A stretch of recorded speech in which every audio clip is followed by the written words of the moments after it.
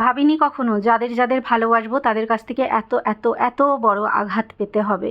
তো তারা এখন আমার দিকে ফিরেও তাকায় না, কিন্তু কিছু করার নেই। আমার এখন যেরকম শরীরের অবস্থা থাকে সেই মতো নিজেকেই নিজে তদবির করতে হয়। তো ইচ্ছেটাও নিজের ইচ্ছেকে গুরুত্ব দিই। তো হঠাৎ করে সন্ধেবেলায় আজকে খেতে ইচ্ছে করলো লুচি আর আলুর তরকারি ঝাল করে। তো কি করব, ভাবনা যেই কাজও সেই। তো সেরকম ভালো করে লুচিগুলো হয়নি, আসলে তাড়াহুড়ো করে করছিলাম। তো সেই জন্য ময়দাটা তাড়াতাড়ি করে মেখে নিয়েছি, একটু বেশিক্ষণ ধরে মাখলে বেশ লুচিগুলো ভালো হয়। তো যাই হোক, খাস্তা খাস্তা লুচিই কিন্তু ভাজছি, আর খাস্তা লুচির সাথে একদম ঝাল ঝাল ঘরোয়া আলুর তরকারি খেতে কিন্তু দারুণ লাগে।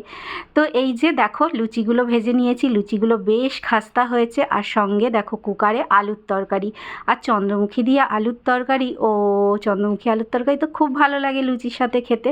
তো এখন আমি সেটা খাবো। আর আত্মা খুব চেয়েছিল যে লুচি আলুর তরকারি খেতে, তো কেউ তো করে দেওয়ার নেই। আর মায়ের কাছে গেলে মা করে দেয়, কিন্তু মা তো অসুস্থ, আর মায়ের কাছে যাওয়াও হয় না।